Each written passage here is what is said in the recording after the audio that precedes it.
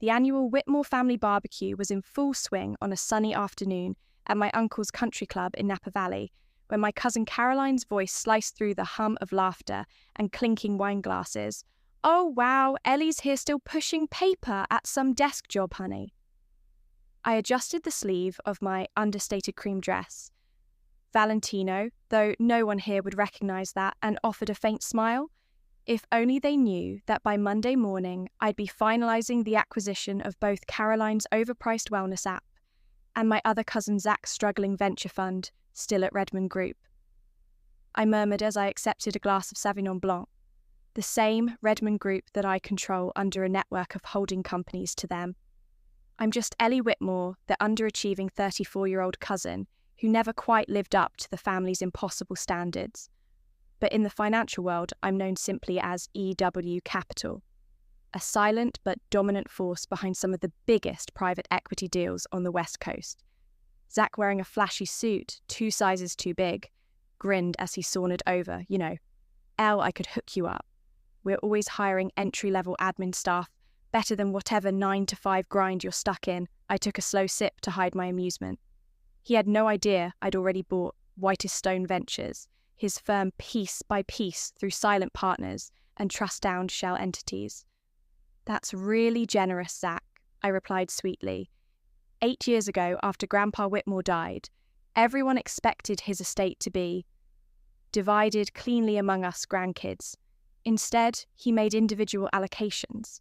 Caroline got angel investment money, Zach received control of the family's venture branch, and me, I was handed what they called the leftovers: his old real estate office in downtown Santa Rosa and a $200,000 trust. Poor Ellie, they'd whispered behind champagne glasses. He doted on her, but didn't leave her anything useful. What they didn't realise was that Grandpa's shabby office sat at top decades of quietly acquired mineral deeds and water rights assets worth tens of millions. He hadn't just given me an inheritance. He'd given me the blueprint we spent Sundays together reviewing land maps and oil rights. "You don't need to be loud to be powerful." He used to say, "Control isn't in attention, it's in patience now." As I watched my family flaunt leased watches and borrowed status, I smiled. They spent their fortunes chasing validation. I built mine in silence. "Ellie, sweetheart."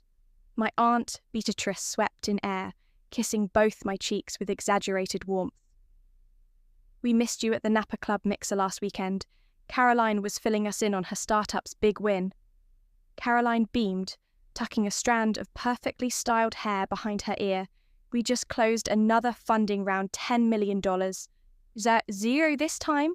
She turned to me with a practiced smirk. "Not that you'd really understand the complexities of tech finance." "Ellie," I nodded politely, though my mind flicked to the report sitting on my home office desk. Caroline Tech had posted 3 consecutive quarters of losses. That latest $10 million zero wasn't a victory. It was a lifeline, and she'd find out soon enough that the silent investor keeping her company afloat was me. "Sounds exciting," I said smoothly before she could bask too long. Zach buted in, "Whitstone Ventures just acquired 3 new AI startups. We're projecting billion-dollar returns within the year." I resisted the urge to roll my eyes. His fund was bleeding capital. The acquisitions were last-ditch plays to impress new investors and hide ballooning debt. That's what made my stealthy acquisition of Whitstone so seamless. Desperation makes people sloppy. "How wonderful for you both," I said sincerely, more than they'd ever realise. My cousin Reed, who dubbed himself the family's financial prodigy, sauntered over with a condescending grin, still pushing papers at Redmond Group. "Ellie, you really should think. Bigger Caroline and Zach are out here building empires. If only he knew the papers I pushed involved multi-million-dollar development deals and citywide zoning approvals. Redmond Group, under my hidden control, now owned half the downtown Santa Rosa commercial district and large tracts across 2 other states." "We can't all be entrepreneurs," I replied. Sipping my wine, they chuckled. They pied me. I played the role they expected. Even my mother joined the chorus. You had such potential, Elle. But honestly, have you even tried to grow your career? Oh, Trevor, could help Aunt Beatrice chimed in. He's done such amazing things with Grandpa's old firm. I thought of the boardroom meeting scheduled for 9 a.m. tomorrow, where Trevor would discover that EW Capital, his mysterious new majority shareholder, had the power to fire him. I'm comfortable where I am, Mum, I said with a calm smile Caroline overheard and laughed. Comfortable, honey, you should want more than that. We're raising again next month, she said, eyes gleaming. From EW Capital, Zach added proudly. I clinked my glass. Good luck with that. They're the biggest name in private. Equity right now, Zach said, swirling his wine. Very hush hush, but they've expressed interest in both our companies. I hid my smile behind my champagne flute. EW Capital, my carefully orchestrated network of shell corporations and blind trusts, had spent the last 6 years becoming a dominant anonymous force in acquisition deals across the western US. Tomorrow, the curtain would finally drop. I've heard of them, I said, with practiced neutrality. Quite the portfolio they're building, Caroline scoffed, not even trying to mask the disdain in her voice.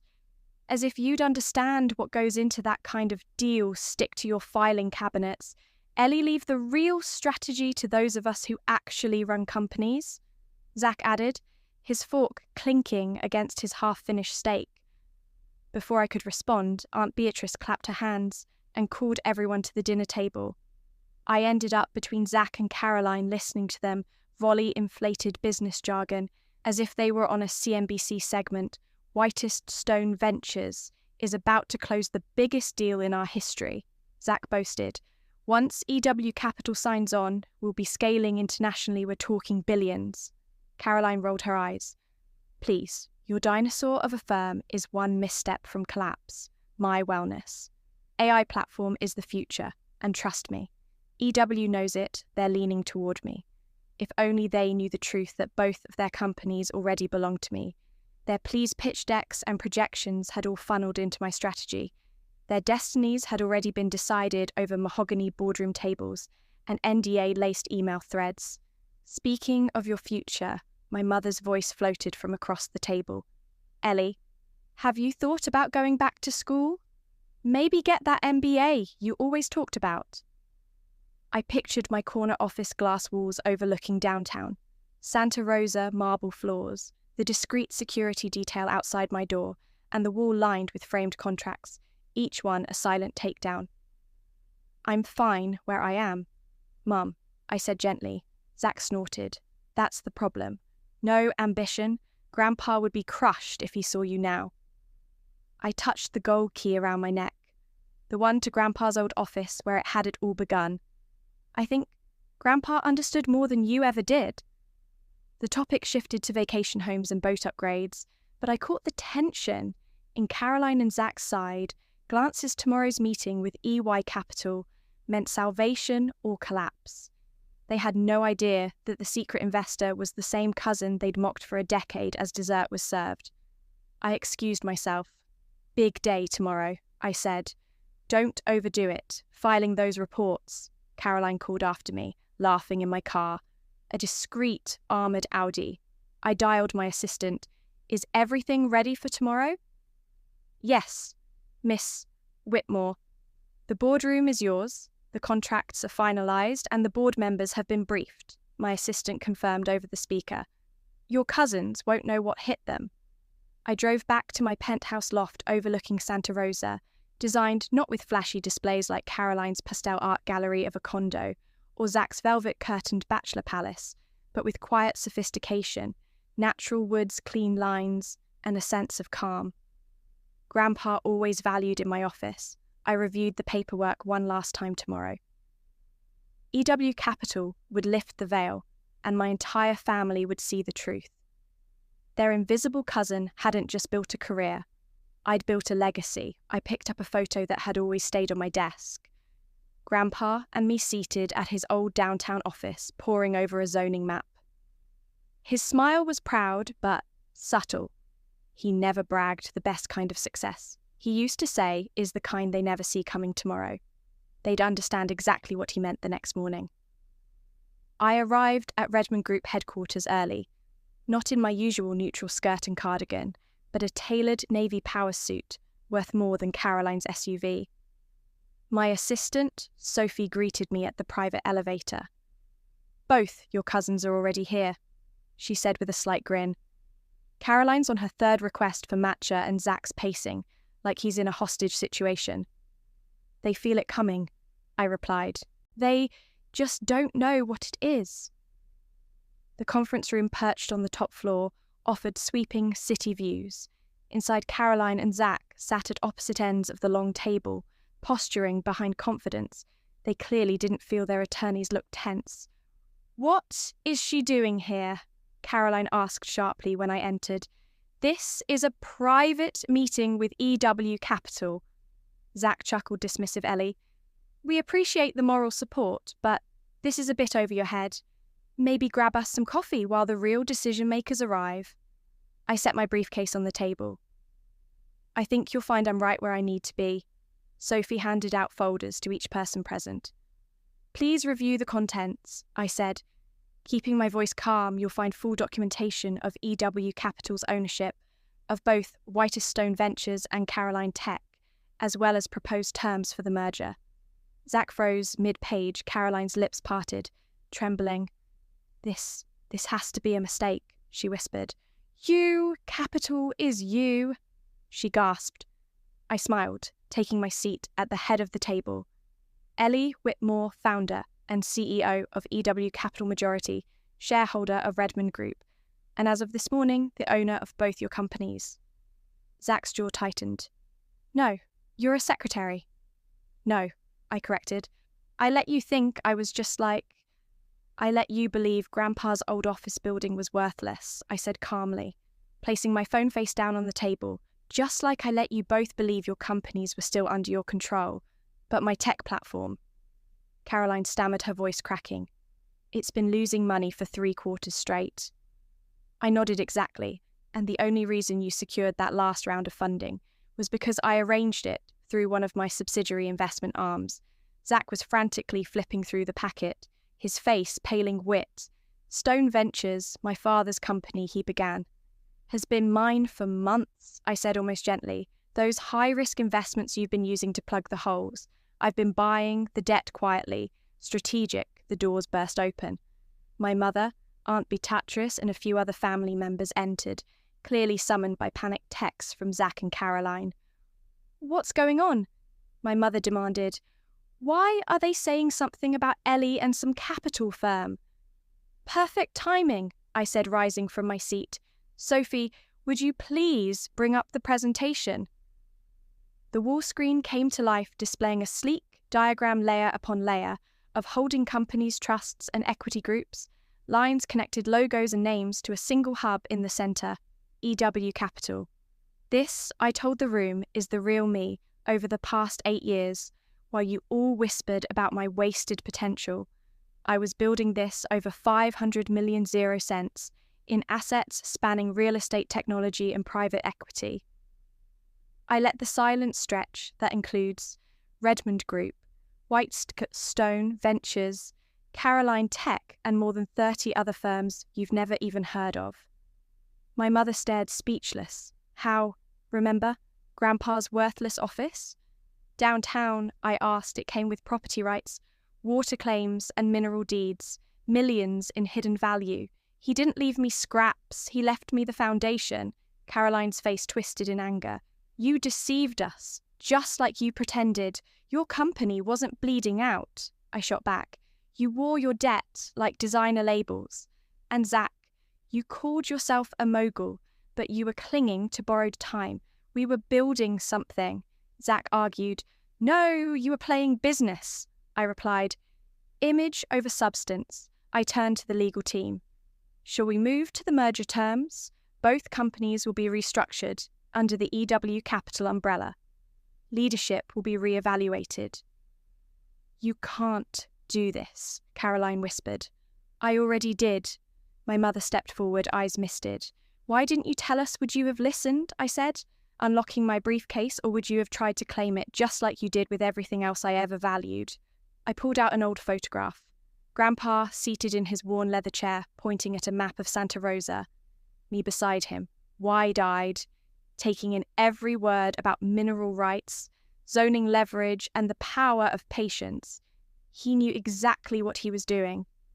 When he left me that worthless downtown building, he knew I'd recognize its real worth and what it could become.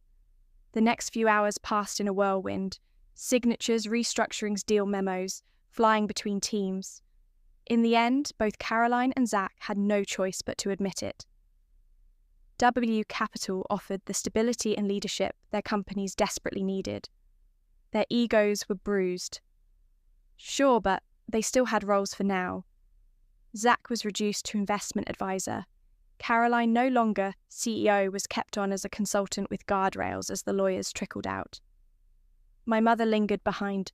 All these years, she said softly, we thought we were the successful ones. Success doesn't always need to speak loudly, I replied, my gaze drifting to the skyline. Sometimes the quietest person in the room is the one shaping the future. In the following months, things shifted Caroline's startup with real oversight, and funding finally started turning a profit. Zach, no longer calling the shots, actually began learning the fundamentals for the first time. The family dynamic changed too, gone were the backhanded comments and pitying glances. At the next family gathering, when someone asked about my work, they actually listened, really listened. As for Grandpa's old office, I kept it renovated the rest of the floor, but left his desk untouched. Sometimes I'd sit there at night, fingers tracing the grain of the old oak, hearing his voice in the quiet true power. Doesn't need an audience. One evening, as I was locking up, I found Zach waiting downstairs. I've been thinking, he said, humbled all that time we were showing off. We missed what Grandpa was trying to teach us. I touched the gold key around my neck. What was that? That real success isn't about looking powerful. He said, it's about being powerful. You built an empire while we played dress up. I nodded. Want to know the real secret? He leaned in. Success doesn't need applause. It needs patience, focus, and the strength to keep building while everyone thinks you're failing. As I walked to my car, the city skyline rose before me. My skyline, though few knew it. Sometimes the best revenge isn't shouting, I told you so. It's proving yourself right quietly, completely, until they can't ignore it anymore. And sometimes that truth comes wrapped in a $500 million 0-cents empire and the sweetest success of all victory on your own terms. Thank you. Not just for watching, but for seeing me for years. I was the invisible one. The overlooked cousin, the secretary at family dinners, who nobody thought twice about. But while they were talking over me, I was building quietly, brick by brick, until the empire spoke for itself. If you've ever been underestimated, dismissed, or told you weren't enough, I want to hear from you. Drop a comment below and tell me, what are you building in silence? And if my journey resonated with you, hit that subscribe button. Not for the drama, but for the reminder that true success doesn't need permission or applause. It just needs persistence. Here's what I've learned. You don't need to explain your dreams to people who laugh at them. You don't need to shout to make an impact. What you do need is vision, patience, and the courage to keep going, even when no one is watching, because one day, those same people who doubted you will have no choice but to recognize what you've become. Build in silence, win with grace.